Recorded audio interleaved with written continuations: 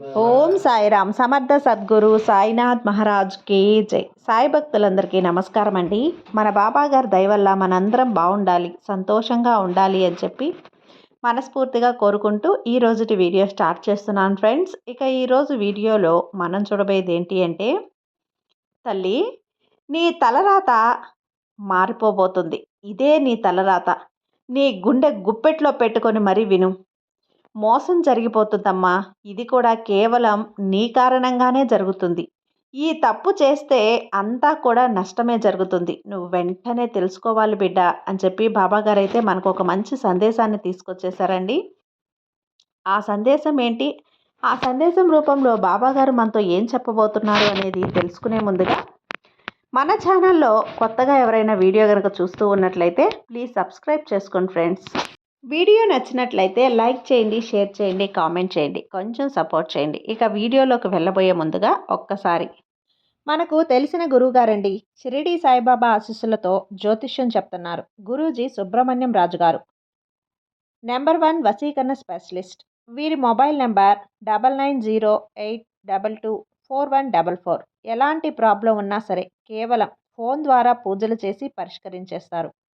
నేరుగా వెళ్లాల్సిన పని లేదు. పర్సనల్గా మీట్ అవ్వాల్సిన అవసరం కూడా లేదు. ఉన్న చోటనే కదలకుండా, మూడో కంటికి తెలియకుండా మీ మొండి సమస్యలను సైతం మీరు పరిష్కరించుకోవచ్చు. ప్రేమ, పెళ్లి, ఉద్యోగం, రాజకీయం, విదేశీ ప్రయాణం, ధనం నిలకడగా లేకపోవటం, భార్యాభర్తల మధ్య గొడవలు, ఆస్తి తగాదాలు, అప్పుల బాధలు, స్త్రీలు పురుషులు ఎటువంటి గుప్త సమస్యలున్నా సరే నెంబర్ 1 వశీకరణ స్పెషలిస్ట్.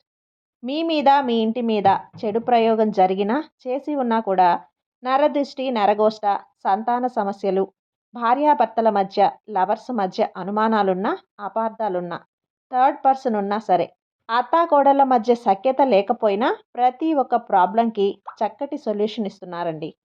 మీ వివరాలన్నీ కూడా సేఫ్ అండ్ సెక్యూర్గా ఉంచుతారు.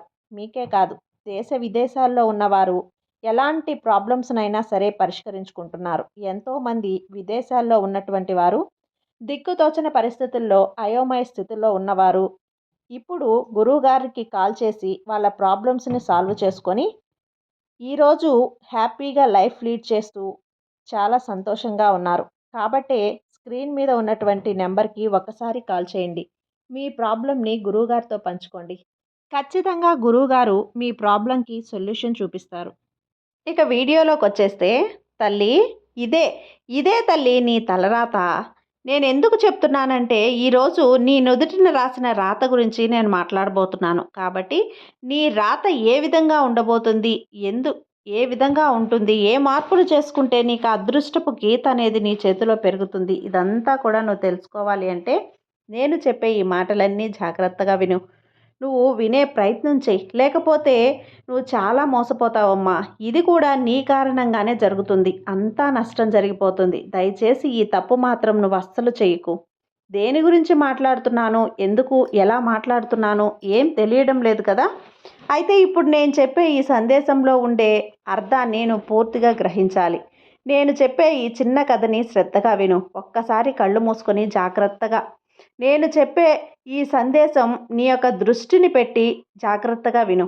అనగనగా ఒక ఊరిలో ఒక ధనవంతుడు ఉన్నాడు. ఆయన చాలా సంపాదించాడు. ప్రతిరోజు కూడా కష్టపడుతూ వచ్చిన సొమ్మును తీసుకొని చూసుకొని చాలా సంతోషపడుతూ ఉంటాడు. కానీ ఆ సంతోషం అనేది అతనికి కొన్ని క్షణాలు మాత్రమే ఉంటుంది. ఎందుకంటే మిగతా సమయం అంతా కూడా బాధతో నిండిపోయి ఉంటాడు. ఎందుకబ్బా అని ఆలోచిస్తే అతను సంతోషంలో ఉండేది దేనికి?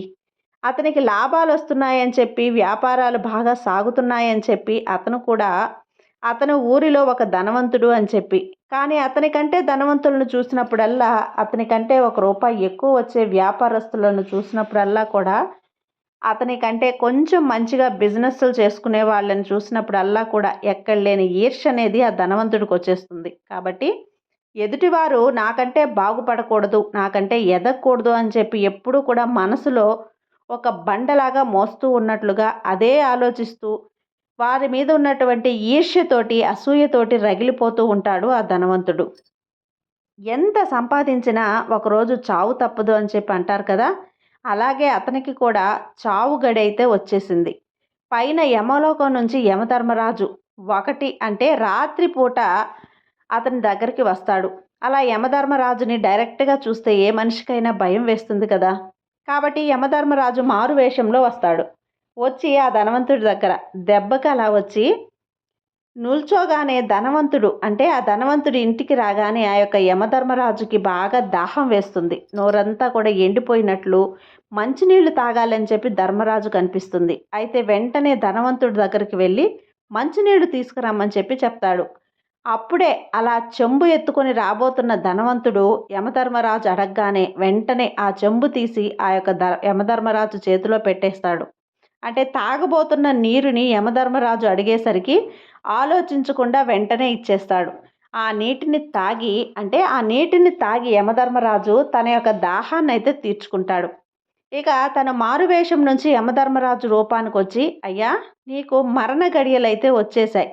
నేను యమధర్మరాజుని. నువ్వు ఇప్పుడు చనిపోతావు. నువ్వు నాకు దాహాన్ని తీర్చావు కాబట్టి నువ్వు ఎంత ధనవంతుడివైనా కానీ ఎన్నో మోసాలు చేసి నువ్వు ఈ ధనాన్ని సంపాదించావు. నాకు బాగా తెలుసు ఈ సంగతి. కానీ నువ్వు ఇప్పుడు ఒక మంచి పని చేసావు. అదేంటంటే గనక నువ్వు దాహాన్ని తీర్చావు. నేను దాహంతో నా చెమ్మంతా ఆరిపోయి దాహంగా ఉన్నప్పుడు నా దాహాన్ని తీర్చావు. కాబట్టి నీకు కృతజ్ఞతగా ఒక 5 నిమిషాల సమయాన్ని ఈ సృష్టికి విరుద్ధమైనప్పటికీ కూడా ఒక 5 నిమిషాల సమయాన్ని నా యొక్క బాధ్యత అంటే నువ్వు నాకిచ్చినందుకు నీళ్ళిచ్చినందుకు కృతజ్ఞతగా ఈ బాధ్యతను నెరవేర్చుకోవడానికి నా రుణం తీర్చుకోవడానికి నీకు ఒక 5 నిమిషాల సమయాన్ని ఇస్తున్నాను. ఈ పుస్తకం తీసుకో. ఈ పుస్తకంలో నువ్వు ఏదైతే రాస్తావో అదే నీ జీవితంలో జరుగుతుంది. కాబట్టి ఈ పుస్తకంలో ఈ 5 నిమిషాలు సమయాన్ని ఉపయోగించుకొని నువ్వు ఏం రాసుకుంటావో రాసుకో అని అతని చేతికి యమధర్మరాజు భవిష్యవాణినైతే ఇచ్చేశాడు. ఇలా ఈ భవిష్యవాణిని ఇచ్చిన తర్వాత అతను మొదటి పేజీని తెరుస్తాడు. ఎవరు ధనవంతుడు? మొదటి పేజీని తెరిచి చూసిన వెంటనే అతను మొదటి పేజీలో ఏం రాసుంటుంది అంటే, ఆ ధనవంతుడి ఇంటి పక్కనే మరొక ధనవంతుడికి లాటరీ తగిలి త్వరలోనే ఉన్న ధనానికి కంటే 10 రెట్లు ఎక్కువ కోటీశ్వరుడుగా మారబోతున్నాడని చెప్పి రాసుంటుంది. అది చూసి ఈ ధనవంతుడికి ఒక రకమైన ఈర్ష్య, అసూయ వచ్చేసి వెంటనే కింద ఒక పెన్ను తీసుకొని అతనికి ఈ లాటరీ తగలకూడదు, అతను కోట్లకు అధిపతి అవ్వకూడదు, అతని దగ్గరున్న డబ్బంతా పోవాలి, అతను నాశనం అయిపోవాలి అని చెప్పి అతనికి అసూయంతా ఒక 4 వాక్యాల్లో రాసేస్తాడు. మళ్ళీ రెండో పేజీ తిప్పుతాడు. రెండో పేజీ తిప్పిన తర్వాత అతని చిన్ననాటి స్నేహితుడు ఒక వ్యవసాయం చేసుకునే రైతుకి అతని పొలంలో ఒక పెద్ద లంక బిందె అనేది దొరుకుతుంది. ఆ లంక బిందెలు దొరికిన తర్వాత రోజు నుంచి ఆ ఊర్లో కల్లా తనే ఒక పెద్ద కోటీశ్వరుడుగా అవుతాడు అని చెప్పి రాసుంటుంది. అది చూడంగానే నా నా ఈ స్నేహితుడు మాత్రం నాకంటే గొప్పవాడవుతాడా ఏంటి? ఇది జరగడానికి వీల్లేదు అని చెప్పి వెంటనే కింద లంకి బిందెలు దొరకకూడదు, అతను ధనవంతుడు కాకూడదు, అతను ఊరిలో కల్లా ధనవంతుడే కాకూడదు, అతని పొలం కూడా ఎండిపోవాలి అని చెప్పి ఏదో అసూయతో 4 మాటలు రాసేస్తాడు. ఇంకో పేజీ తిప్పుతాడు. ఇంకో పేజీ తిప్పిన తర్వాత అతనికి చిన్నప్పుడు చెప్పిన మాస్టర్కి ఒకటంటే ఎక్కడి నుంచో ఒక అతని దగ్గర నుంచి చదివిన విద్యార్థి వచ్చి అతనికి 1,00,00,000 రూపాయలతోటి ఒక బహుమతినైతే ఇవ్వబోతున్నాడు అని చెప్పి ఆ బహుమతిని చూసి అతను సంతోషపడబోతున్నాడు అని చెప్పి రాసుంటుందన్నమాట. అది చూసి అసలు నాకంటే సంతోషంగా ఎవ్వరూ ఉండకూడదు, నాకు బహుమతులు రావాల్సొస్తే కానీ నాకే రావాలి, అతనికి వచ్చేదేంటబ్బా అని చెప్పి ఎంత గురువైతే మాత్రం అది ఇది ఉండకూడదు అని చెప్పి కింద కోట్లకి బహుమతి రాకూడదు, అతను సంతోషంగా ఉండకూడదు, అతను ఎప్పుడు ఏడుస్తూ ఉండాలి అని చెప్పి ఏవేవో 4 మాటలైతే రాస్తాడు. ఇలా అతనికిచ్చిన 5 నిమిషాల సమయంలో వేరే వాళ్ళ గురించి ఆలోచనలు, వేరే వారి గురించి అసూయపడటాలు, వేరే వారి గురించి నాశనాన్ని కోరుకోవటాలు ఇవే రాస్తాడు. అతని గురించి అతను ఆలోచించుకోడు. ఇక యమధర్మరాజు, నాయనా నీకిచ్చిన 5 నిమిషాల సమయం అయితే అయిపోయింది, ఇక భవిష్యవాణి ఇచ్చేసేయి అని చెప్పి అడుగుతాడు. అయ్యో యమధర్మరాజా, నేను నా గురించి ఏమీ రాసుకోలేదు అంటే దానికి నన్నేం చేయమంటావు? నువ్వు రాసుకోమనే కదా ఇచ్చాను నీ భవిష్యవాణిని. మరి నీ భవిష్యవాణిలో నాకు కొంచెం 100 ఏళ్ళ ఆయుష్ కావాలి, నాకు ఒక మరణగండం పోవాలి, నేను సంతోషంగా ఆనందంగా బ్రతకాలి అని చెప్పి రాసుకుంటే అదే జరిగేది. కానీ నువ్వేం రాసావు? నువ్వు పక్కన వాళ్ళు నాశనం అయిపోవాలి, తోటి స్నేహితులు ఏడవాలి అని చెప్పి గురువు చెప్పిన పాఠాల కంటే ఆ పాఠాలు నేర్పిన గురువు సంతోషంగా ఉండకూడదని చెప్పి ఇలాంటివేవేవో పక్క వాళ్ళ గురించి ఆలోచనలతో నీ మనసంతా కల్మషం విషం చేసుకొని వారి గురించి రాసుకున్నావు. మరి దానికి నేను బాధ్యుడిని కాదు కదా. నీ సమయం ముగిసిపోయింది. నీకిచ్చిన అవకాశాన్ని కూడా నువ్వు చేతులారా వృధా చేసుకున్నావు. నేను చేయగలిగింది ఏమీ లేదు. పద యమలోకానికని చెప్పి ఆ ధనవంతుడి యొక్క ప్రాణాలను యమపాసం వేసి లాక్కొని మరీ తీసుకెళ్ళిపోతాడు. అయితే ఇక్కడితో కథ అయితే ముగుస్తుంది. ఈ కథ ద్వారా బాబాగారు ఏం చెప్పాలనుకుంటున్నారంటే, ఈ ప్రపంచంలో అందరూ కూడా బాగుండాలి, అందులో నేను కూడా ఉండాలి అని చెప్పి నిస్వార్థంగా ఉండేవారు చాలామంది ఉన్నారు. ఆ నిస్వార్థంగా ఉండేవారిలో నువ్వు కూడా ఒకదానివే. అందుకే నా భక్తునిగా నిన్ను నియమించబడ్డావు. అయితే అప్పుడప్పుడు నీ ఆలోచనలు స్వార్థం కోసం కాకపోయినా నీ మనసు అనేది ఎక్కువగా ఆలోచనలతో నిండిపోతుంది. నీ మనసు ఎప్పుడూ కూడా నెగిటివిటీతో నిండిపోతూ ఉంది.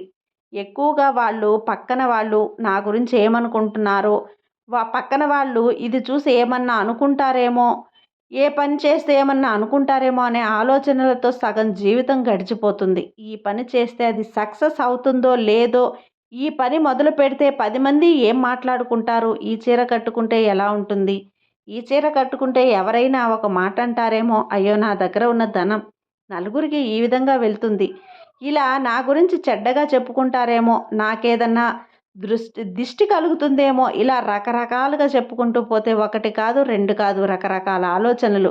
ఈ ఆలోచనలలో నీ జీవితం, నీ కోసం, నీ ఆరోగ్యం, నువ్వు పడే ఆలోచన ఎక్కడుంది చెప్పు? ఏం చెప్పబోతున్నానంటే బిడ్డ, నిన్ను మోసం చేసుకుంటున్నావు నువ్వు. ఈ చిన్న జీవితాన్ని, నీటి మీద బుడగలాంటి జీవితాన్ని ఒప్పుకున్నా ఒప్పుకోకపోయినా భూమి మీదకి వచ్చిన ప్రతి జీవి ఏదో ఒక రోజు మరణించక తప్పదు. ఉన్న ఈ జీవితంలో ఏవేవో ఆలోచనలు, ఏవేవో సందేహాలు, మనస్పర్ధలు, ఎదుటివారితో గొడవలు, ఈర్ష్యలు, అసూయలు, కుళ్ళు, కుట్రలు, కుతంత్రాలు, వీటన్నిటితో ఈ చిన్న జీవితాన్ని నువ్వు మోసం చేసుకుంటూ వృధా చేసుకుంటే ఎలా చెప్పు? మరి దానికి కారణం నీ ఆలోచనలు అయినప్పుడు నీ జీవితం నష్టపోవడానికి కారణం కూడా నువ్వే కదా. అందుకే తప్పు చేస్తున్నావమ్మా. అంతా నష్టం జరుగుతుంది. తెలుసుకొనే తీరాలి నువ్వు. ఇప్పటికైనా కానీ తెలుసుకొని తీరాలి. తెలుసుకొని నీ జీవితంలో సంతోషంగా నువ్వు ఆహ్వానించు. నువ్వు ఆనందంగా ఉండటం, విచారంగా ఉండటం ఏదైనా కూడా కేవలం నీ చేతుల్లో మాత్రమే ఉంది. కాబట్టి జీవితాన్ని సంతోషంగా మార్చుకుంటావో, లేదా బాధలతో, ఆలోచనలతో, అసూయతో, ఈర్ష్యలతో నింపేసుకుంటావో, ఇది మొత్తం కూడా నీ భుజం మీదనే వదిలేస్తాను. కాబట్టి ఇక నుంచి నీ జీవితం ఆనందాల దారిలోనో లేదా ఆలోచనల దారిలోనో నువ్వే ఆలోచించుకో. కానీ నువ్వు ఆనందాల దారిలో అడుగుపెట్టే ప్రతిసారి కూడా నా ఆశీర్వాద బలం నీకు తోడు ఎల్లప్పుడూ కూడా ఉంటుంది. నీకు మంచి జరగాలని చెప్పి నేను ఎల్లప్పుడూ కూడా కోరుకుంటూనే ఉంటాను. నువ్వు ఆనందంగా ఉంటే, సంతోషంగా ఉండే వారిలో మొదటగా నీ తండ్రి అయినటువంటి ఈ బాబా అని చెప్పి గుర్తుంచుకో. నీ బాబా మీద పూర్తి విశ్వాసంతో ఉండు. నీకంతా మంచే జరుగుతుంది. నీ సాయి నీకు తోడుండగా నీకు భయం ఎందుకు చెప్పు?